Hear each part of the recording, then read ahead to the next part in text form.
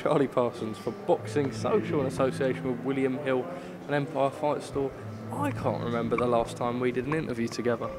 Neither can I, because you're too big time now. TikTok star, Eddie's best friend. You know, he's got it all going on for him, man. You've reached new heights. The Instagram followers, a blue tick's got to be pending, a non-paid for one as well.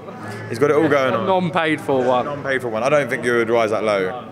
But the thing is, the problem is that now on Twitter, I can't read any tweets because I've got to pay for a blue tick. So I'm a bit worried about it now. You have to invest in a blue tick for Twitter. Do you know what? The worst thing is, I literally mocked all the people doing it, and I know someone's. But there's a reason for doing it now. But I know someone. You know, the boxing trolls. Some of them have definitely screenshot that tweet, and I know as soon as I do it, it's coming out to pouncing on you to do it. I have missed you, Shane. Huh? I've missed you. Well, you should do. I think I'm a missable character. I talk a lot of shit. I back our guys, and I'm not the worst looking man in the world, so there's a lot to miss. Junaid Bostan with a very dominant performance over a tough opponent. He was a little bit deflated. I was really surprised because I thought it was a great performance. When I was chatting with the boys, I said, if this fight goes the distance, I actually think it will do him the world of good. Getting that experience against a tough guy like that, first opportunity on the main card, big crowd in there, etc. But he's still a little bit underwhelmed. No, I mean, look, he puts a lot of pressure on himself even when he does stop the people. Every performance he's had, he's been annoyed at himself, like really angry at himself, like similar to what he was today. And that's just because he sets high levels for himself and high expectations, which is not a bad thing. But in a couple of days, he'll look at things and give himself a small amount of credit for it. Yeah, he fought a very tough man tonight. Hurt him a couple of times. I fought in round 3 and definitely in the last round. Ryan Amos was a tough game. He was an undefeated champion. So I expected him to lay it on the line. I mean, he's undefeated, he ain't want to give up his own for nothing. So he gave a good account of himself, tried for every round, so fair play to him. But he showed his class and inevitably came out victorious in the night. So. What rate do you move him now? Another 8-rounder, and then I think our first title fight, maybe at the end of the year or early next year. Are we talking area level or straight into English or maybe even like an international belt or something? I don't think the area title really excites him that much, but the English title definitely does. So yeah, the English title definitely does. So maybe we'll go for that instead. A little bit. As an interview goes on behind us, why is Zhang-Joyce fighting Zhang in an immediate rematch? Great fight. First fight was unbelievable. A lot went wrong for Joe. He can put it all right and he'll stop Zhang. But we have to put it all right, and it's going to be a very hard training camp. There'll be some very testing times in there, but I believe in Zhang-Joyce, and I think Zhang-Joyce can stop Zhang in emphatic fashion. Are you going to Vegas again to be with him throughout the whole camp? Of course, always to the end. Until Zhang-Joyce doesn't box anymore, I'll always be with him by his side. So always support him, always back him. I'm sure we'll be in even bigger fights after we get the big win against Zhang. Let me ask you, there was a lot of criticism of Salas after the fight. People spoke about just the pads in the changing room beforehand, etc. Why has Joe decided that staying with Ismail Salas is the best decision for him? Salas knows him inside out, and Salas is one of the best trainers of all time.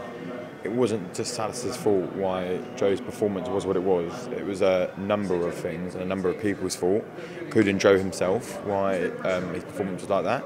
And that's why we can build a lot of confidence and work together to get to turn it into a victory. If we had done everything correct and everything went perfectly and that's what happened, then that would be a severe worry, because then we'd be like, well, what do we do better to make sure the same doesn't happen again? But at least now we know that we can change a lot of things and we can beat Zhang in a rematch. And Zhang's a very tough fighter. I gave him a lot of credit in the build-up to the last fight. I've been watching Zhang for about 12 to 13 years, even as an amateur. And I know exactly what he brings to the table. And he is a very hard fight for Zhang-Joyce for 4 or 5 rounds, as it showed in the first fight. What does he have to do differently this time round?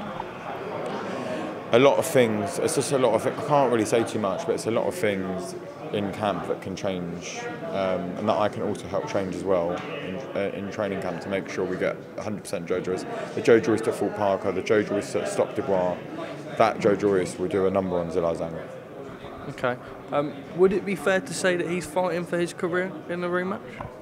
Well, to a certain level, if you want to be an elite world level heavyweight, then yeah, absolutely. And listen, no one's going to volunteer to give him a world title shot. This is the only way he's going to get a world title shot if he beats Zhang. So. Joe's a great man. We've spent a lot of time. I know you know him inside out, but the time that I've spent around him, He's not the biggest talker, etc. How did he deal with the defeat mentally? Not a lot, really. I mean, it's just the way he is. It ain't going to change now. He's not the biggest talker on camera. I don't think he really likes talking on camera too much. He's not the biggest boxing fan. I think he doesn't really like talking about boxing overly too much. He's passionate about art, gaming, and things like that.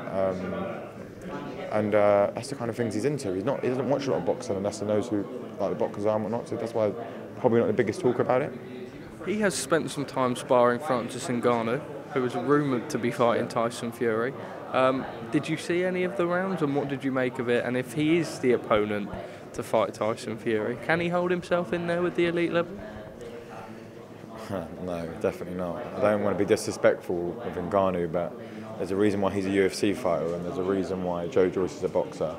And like, again, I don't want to be disrespectful to Ngannou because we actually spend a lot of time in Vegas and he's a nice guy. He's going in there and he's getting paid and he's earning his big money, so fair play to him. He has no chance with Tyson Fury? Zero chance. He has much chance as I do as beating Conor McGregor in an MMA octagon, and I'm not a boxer either, but I'm just telling you, you're now fighting one of the best heavyweights of all time, and Ngannou wouldn't even last 4 rounds of a Southern area level heavyweight, or 3 rounds. He wouldn't. Really? It's not disrespectful to his boxing ability. It's just 2 different worlds. There's a reason why he's been an MMA fighter his whole life. If he really could mix at that level, he would have been a boxer. Because he'd have earned more money in world level boxing than he would have earned in MMA. That's why he left it in the first place. How were the rounds that he got in with Joe Joyce? Sorry? How were the rounds that he got in with Joe Joyce? Well, I mean, you would hope, as anyone would hope, that Joe Joyce dominated every round, and that's exactly how it went. So, Shane, Anthony Joshua, what were your thoughts regarding the rematch clause with the Dillian White situation? I mean, it's good for me's team. There should be a rematch clause. You're by far the bigger A side. You're the one with the big fight in December, already locked in. There should be a rematch clause. Like, look, things... Get the criticism or no? Sorry? Get the criticism of it or no? Yeah, I can't even believe that people are even questioning it. Like, at the end of the day,